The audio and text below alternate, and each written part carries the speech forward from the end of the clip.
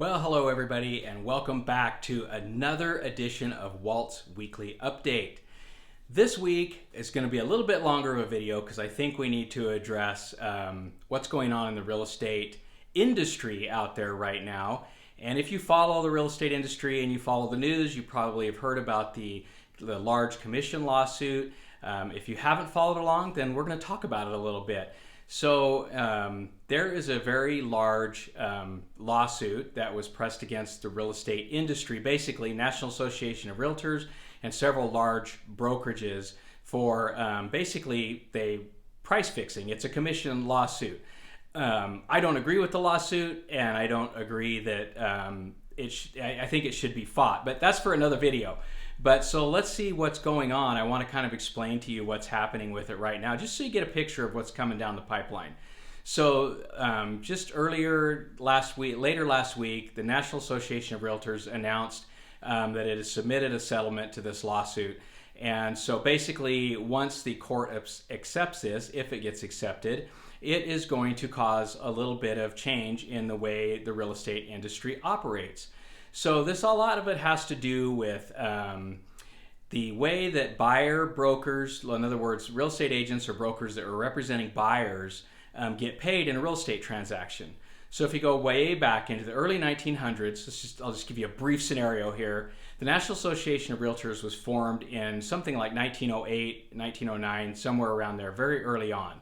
At that time, clear up until the 60s, it was kind of like if you were a listing broker, you listed a house and then you sold your own house. There was no crossover. It wasn't like today where we have the MLS where you can see everything that's for sale. So that went along for a long time like that. Then come around the early 60s, the MLS was created. And that created an opportunity for, if brokerage A listed a property, brokerage B got a chance to see what that property was and could bring in their client as a buyer.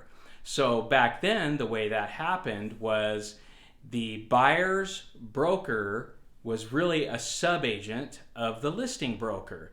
So there really wasn't any buyer representation. That guy or gal that brought over the buyer was a subagent of the seller's broker. So the brokerage, the selling person, the listing person had kind of double representation. The buyer had none. So that went along for quite a while, like 30-something years. And then early in the 90s, again, here we had a problem in the real estate industry where it was felt that buyers were not being fairly represented. They didn't have a broker actually looking out for their best interests on their side. So buyer-broker representation came into play and became the norm and the standard law of the industry, that now buyers could have a broker, sellers could have a broker, and everybody was represented equally. Well, the problem with that came about nowadays is back then they created the the cooperative compensation policy, meaning that the listing broker charged a certain percent, whatever that may be, and then they offered a certain percent commission to the buyer broker. Well, it came around just last year that home sellers decided to, I don't know if it was home sellers or lawyers that actually decided that they wanted to file this lawsuit and say that buyers should pay their own broker, right? If you're listing your house for sale and you're paying your listing broker, you should not have to pay the buyer's broker. The buyer could pay for their own broker, right? Makes sense. I mean, I understand, and I'm totally fine with it.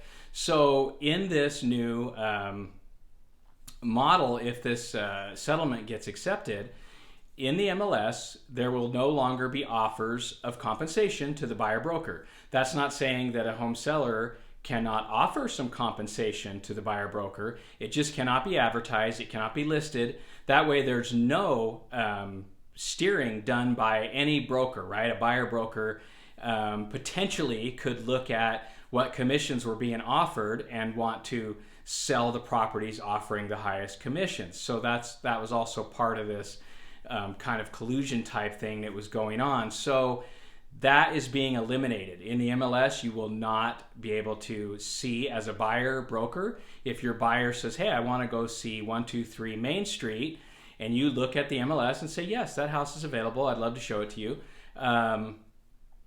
But you go as a buyer broker not knowing if there's any compensation being offered by the seller. So that comes into play the next change, which is buyer brokerage agreements are now going to be required. So if you're representing a buyer, now I do this with buyers all the time. I have no problem because I feel like my time is valuable and I don't want to represent somebody that just wants to, run me ragged and they're not really a serious home buyer and they're not really serious about looking for a home. So it's a buyer broker representation, just like when you sign a listing agreement as a buyer, you will now be signing a buyer broker agreement. And what that buyer broker agreement says is, hey, I'm going to work with you, Mr. Broker, and or Mrs. Broker, and I'm going to pay you X amount. This will be a negotiation now between the broker and the buyer.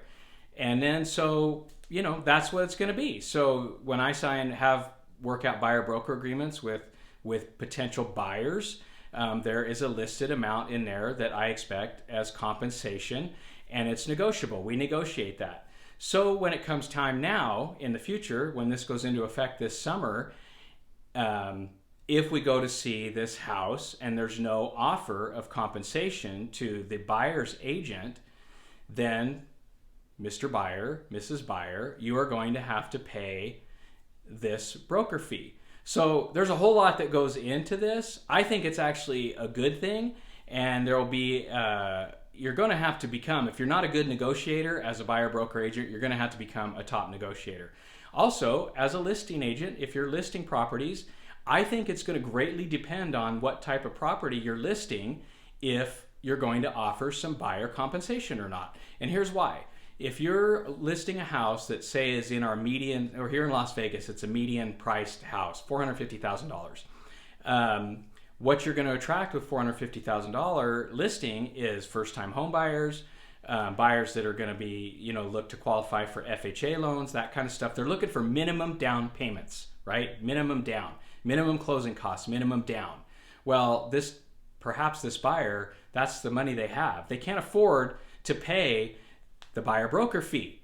So this is where it's going to come into play as a listing. Also, when you're selling your house, you need to have a serious talk with your broker about, hey, should we offer some compensation on this side? Because, I want to keep that pool of buyers open, because ultimately, if I'm representing a buyer, they just say they can't at closing afford to pay my fee, but they want to make an offer on this house. We're not going to be able to make an offer on that house if they can't afford to pay their buyer broker. Then there's going to be no offer. So you're limiting the pool of agents. So there's a whole lot that goes into this, but I just wanted to give a little bit of a backstory. Sorry for the long video, but I think it was very important, and you'll be hearing more about this. And my partner and I are continually talking about this as this comes down and how it'll change and affect the policies within our brokerage. So I think it's very, very important to stay in tune and stay in touch with what's going on here. So again, sorry for the long video. I will catch up to you next week. If you have any questions at all, definitely shoot us an email, and we'll do our best to keep this at the forefront and explain it to you as time goes on. And we're going to see lots of things changing. I'm sure we're going to see some mortgage industry changes. We're just going to see a lot of things come about because of this. So for now, cheers, have a good week, and I'll talk to you soon. Bye.